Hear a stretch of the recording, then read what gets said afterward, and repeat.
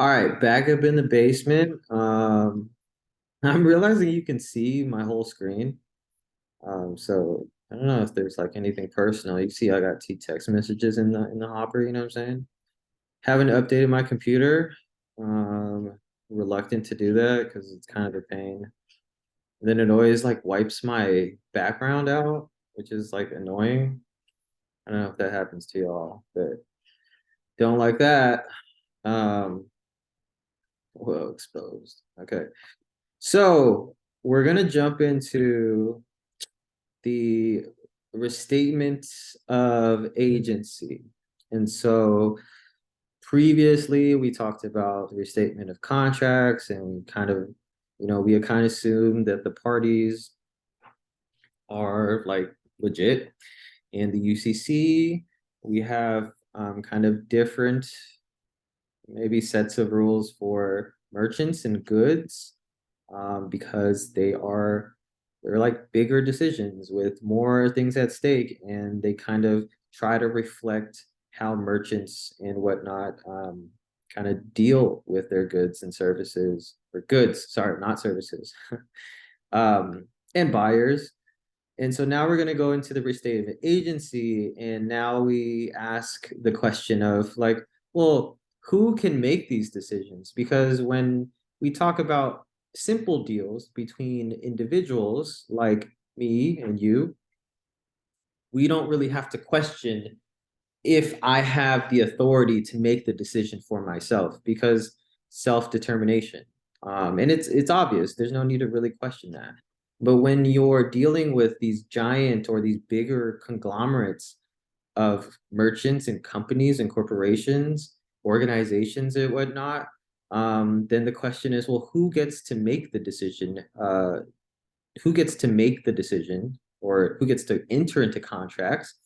And like how much do we actually say, well, it's a void because we didn't believe that they were in a contract? And you'll see that I think generally the vibe of the restatement of agencies is that you believe if somebody if you reasonably believe that somebody has authority, then the contract goes through. And I think that's kind of the fair way to go, because otherwise, if you had it the other way where people just could say, well, they didn't have the power to do it, I mean, people would renege on deals all the time, and it would be kind of chaotic and very unpredictable. Um, so we'll start the restatement agency. The first one is going to be section 1.01, agency defined. And this is just defining agency. And so, in other words, the principal agent relationship, a fiduciary person. And so this is the principal agent kind of relationship, where you can kind of think of the principal as like the main actor. And so we can put here like maybe like CEO, right? Maybe this is the creator of Fudge Bars USA. And Fudge Bars USA is the newest thing where I don't know why, but those fudge bars are different than other fudge bars, and it's sweeping the world by storm, right? And it's because it's so large, right? There's just like these companies, mega companies everywhere. And so, you know, uh Susan, the CEO, right, of these fudge bars, can't be everywhere at the same time. And so sometimes there are people below her that can make decisions on behalf of the company. And these fiduciaries are trustees. Okay. When you think of fiduciary, think of a trustee, somebody that you can trust to make decisions on your behalf as if you were there. Okay. And so this fiduciary, who's like, 3 feet tall, you know what I'm saying? And, he's got a little like Guy Fieri kind of hair. Um, you know, Maybe this is the president of the US um Fudge Corporation, where Fudge Corporation USA has many across the world, right? Hitting places they, Fudge never saw before, like they have a headquarters, and the headquarters in like Sri Lanka, and Hank over here, right?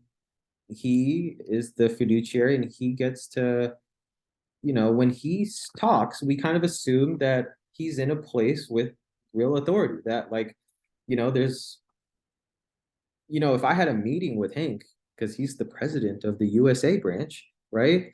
I mean, I could probably leave being like, I think that guy gets to make decisions. And that seems like a really rudimentary way to kind of decide like who has authority, but that kind of is what it boils down to. I kind of believed it, and it's not unreasonable because he assumes a great position in this corporation. And so um you'll see that reflected here, but to kind of get back to the the main point, is that is what a principal agent relationship might look like. This actual person who is the kind of like the main authority maker, and trustees, right, that I bestow upon you great power and responsibility to speak on my behalf and run this sacred company called Fudge USA. you know, um, Hank would be a trustee. So fiduciary is just also a fun word to say. Fiduciary. It's like an Italian clothing brand. 2.01 is actual authority. So a person with actual authority is, the language states, an agent acts with actual authority when the time of taking action that has legal consequences for the principal, the agent reasonably believes, in accordance with the principal's manifestation to the agent, that the principal wishes the agent so to act. So this, an example of somebody who had actual authority, this is not the CEO, because we know that the CEO has authority. This would be a situation in which Hank, right, might have actual authority. So in the scenario to showcase actual authority, let's say, for example, um, you know,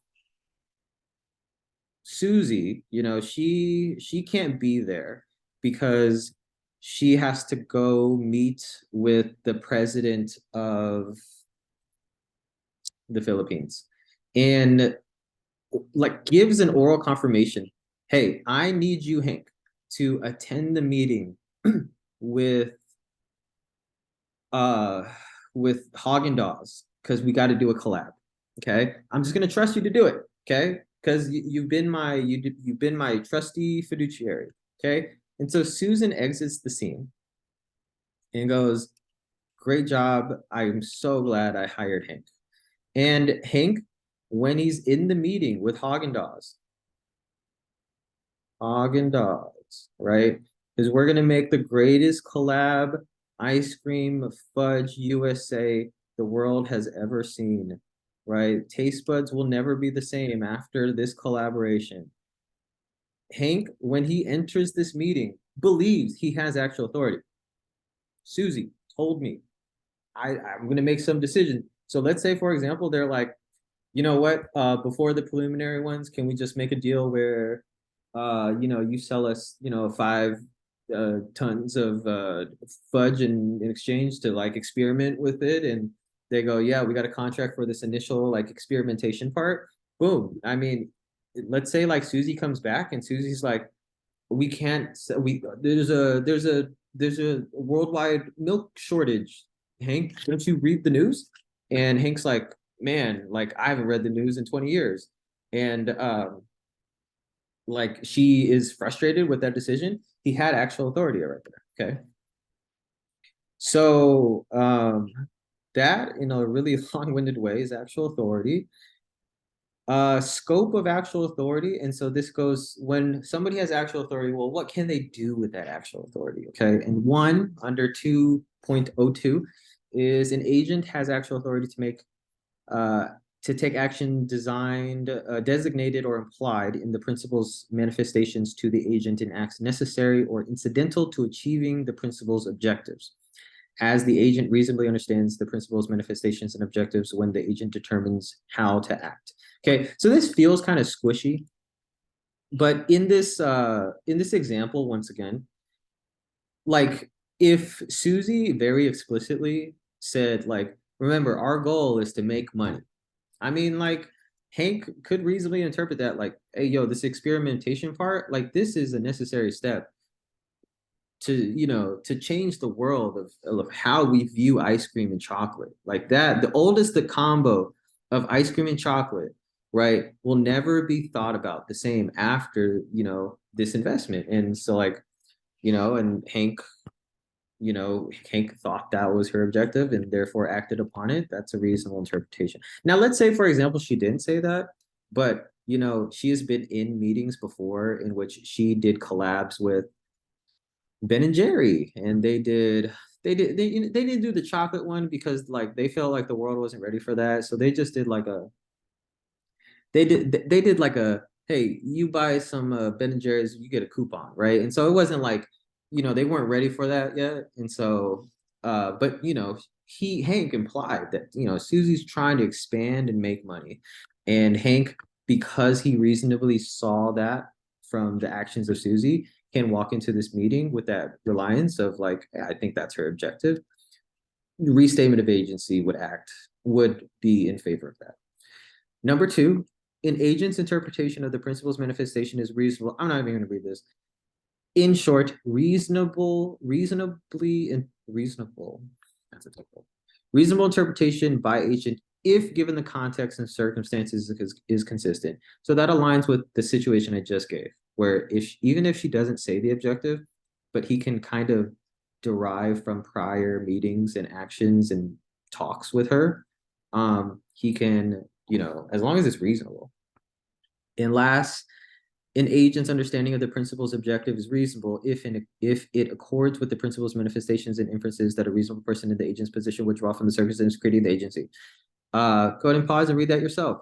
But again, kind of lumping in with the prior example. Okay, we're going to go over apparent authority afterwards. I have gone over my intended time for this one.